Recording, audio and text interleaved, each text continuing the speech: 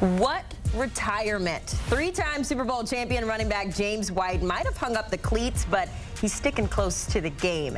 We know he was a staple of that Patriots dynasty, dominating the backfield with Tom Brady en route to those 3 championships. Best known for his game-winning touchdown in overtime during that infamous Super Bowl 28-3 Super Bowl, I should mention, over the Falcons. We got James White in studio. Before we welcome him in, let's take a look back at the resume, because what a career it was. I mentioned it, 3-time Super Bowl champion, 8 years in the league, all in New England. And dating back to his college days was the Big Ten Freshman of the Year. Round of applause for our guest, James White, in the house. Haley said we've also got Danny Cannell joining us here. James, I just want to open up the floor to you. How you feeling? How's retirement been treating you? I'm feeling well. Retirement has been good. A lot of free time, too much free time, as my wife would tell me. But I'm enjoying getting into the media space like you all, talking football, talking college football, NFL football, and Sirius XM. I've been enjoying myself. Well, we are going to enjoy this conversation with you, although it might not be very enjoyable for you. We're going to talk about those Patriots because, quite frankly, it was just a year to forget in New England. Not quite what we expected. We know they're on the hunt for that quarterback to take over, like we saw with Tom Brady. Worst season in quite some time. What did you take away from the season in New England? It was a tough year in New England. I think the quarterback play took a step back. Offensively, they took a step back. They haven't had an identity on offense for 2 years, and I think that's the missing part. Defensively, they've done enough to win football games. Offensively, they just don't have guys on the outside. They have Ramondre Stevenson at running back. Offensive line has been banged up, so there's a lot of issues that need to be fixed on that side of the ball. No doubt about it. The identity has been an issue because they've been cycling through offensive coordinators, right? There's some stability there, but now they're going in a new direction totally. Haley mentioned, I think, what is the elephant in the room and a decision they have to make. Is it Mac Jones? Is it Bailey Zappi? Or do they tackle the quarterback in the draft? What direction do you think they'll go?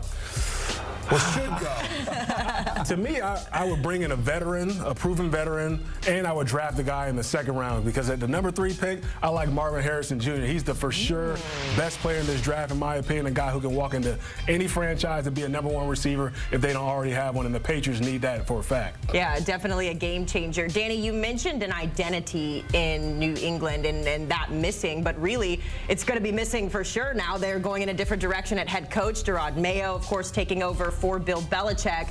James, you obviously played under Bill Belichick. What do you think the biggest difference will be now that we'll see a new era unfold come this fall? I think there'll be more energy in the media. I think you'll get a lot more information from Gerard Mayo when they're interviewing him. But I think it's going to be a different feel. Gerard Mayo, he's a guy who's played there, he's coached there, so he's seen it when the team has been at its greatest and when it's been at its lowest. So he knows the things that he wants to correct and the things he wants to implement when he takes over. I think he's going to do a tremendous job. He's a guy who brings a lot of energy. He knows the game. He can talk to anyone, and he's a leader of people. I think that's very important. What I worry about for Gerard Mayo is the expectations from the New England Patriots fan base, because they got really spoiled in this dynasty that you've seen for the last 20 years almost.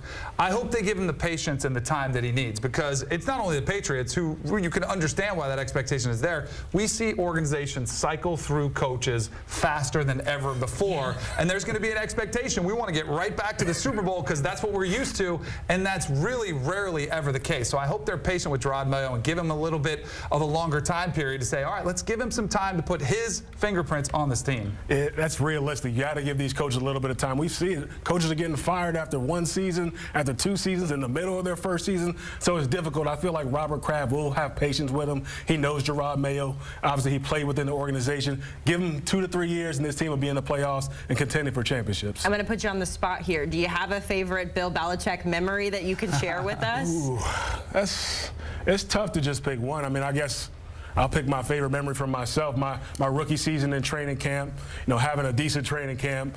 I get a carry, I break it, I run down the sideline. I jog back past the huddle because I think somebody's coming in for me. They tell me to come back in, you have another play. So I'm pretty exhausted. I went, pretty hard on that play. I get another carry, I bounce it outside, and Brandon Brown just knocks me off my feet. My feet fly in the air. Everybody's at training camp. The fans are like, ooh. So I jog through, finish the play, jogging back to the huddle. Bill's like, come here, White.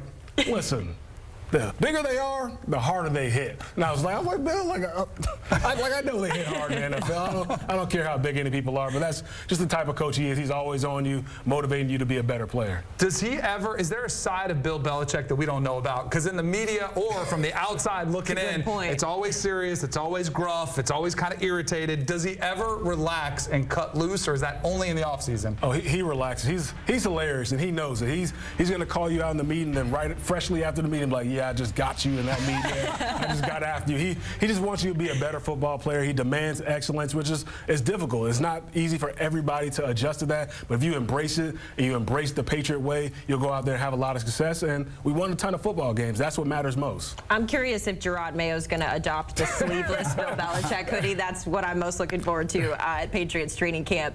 It's hard, though, James, to talk about the Patriots without talking about your quarterback, Tom Brady, obviously what he was able to accomplish. But as we know, Danny, the conversation has shifted from he's the greatest of all time to is Patrick Mahomes now the greatest of all time? And while we know we haven't seen all of what Patrick Mahomes can do, the comparisons are there. So when you look at what Patrick has done, 3 Super Bowls in 5 appearances, I think, how close is he to catching Tom Brady?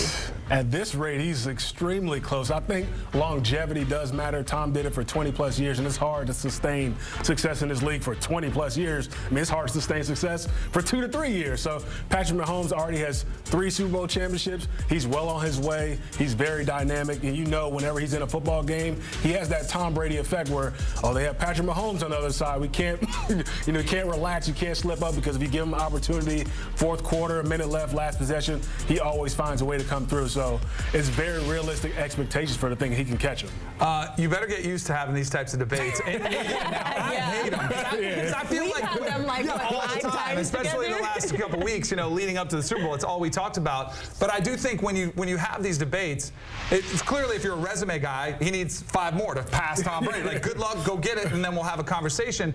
But I hate that it feels like it diminishes. You take away something from Tom Brady to lift Patrick Mahomes up, or you have to take away from Patrick Mahomes to lift Tom Brady up. I say when you watch Patrick Mahomes play, he's doing things that we've never seen the quarterback do. Tom Brady was a pocket passer who perfected that style of play. This is a generational type change, which I think is going to impact generations to come. If you just watch him play, you can say, oh yeah, he's definitely going to be one of the greatest all times. Does he have the greatest resume? We have to watch and see if he gets it. You got to wait to see, but he's already impacting the game. You see everybody's trying to find the next Patrick Mahomes, find the guy who's mobile, find a guy who's agile, who can throw the ball 80 yards down the field. Has everybody found it yet? Not just yet. I mean, they think Caleb Williams is a guy who's going to be like Patrick Mahomes, but you got to wait and see if those guys step into an organization and they can have the leadership, have the skills to go out there and execute at a high level. Because we saw in this year, Patrick Mahomes didn't have the receiver corps that he's used to having, and he adjusted his game. He used his legs. He took checkdowns. You saw it in the Super Bowl. Just made the right decisions, and that's the fun thing that I saw from him this year, through how he really changed his game and still won a championship. Listen, I am a believer in when Patrick Mahomes is on the field, you do not go against Patrick Mahomes. He has not let us down yet. So closing in on that GOAT conversation. At the beginning of last season, though, James, one of the big topics of conversation was the running back position, right? How much do they deserve to be paid? Should they be the ones that are being franchise tagged? Saquon Barkley was obviously at the front of that, eventually getting a 1-year deal done, but now he once again finds himself in that same position. I would just love your take on the running back position as a whole and where you kind of think Saquon should be playing ball next year. It's extremely tough. The running back market is getting watered down every single season. And for these guys, Saquon Barkley got franchise tagged, Josh Jacobs got franchise tagged, Tony Pollard got franchise tagged last season, and the production, it wasn't as great this season, so they're back on the market once again. It's hard to see them getting a 2 to 3 year contract right now. So what I would say, guys like Jonathan Taylor, guys like Christian McCaffrey, those guys that are paid, the production has to still be there, and that's when the market will get back to where it needs to be. Because the issue was, you see Le'Veon Bell, you see Ezekiel Elliott, the production went down once they got paid, and that's what they're basing it off of. And now you play for 2 to 3 years, 4 years, they're looking to replace you, and a lot of these guys are finding a different home every single season. Life is about timing, especially unfortunately, in the NFL.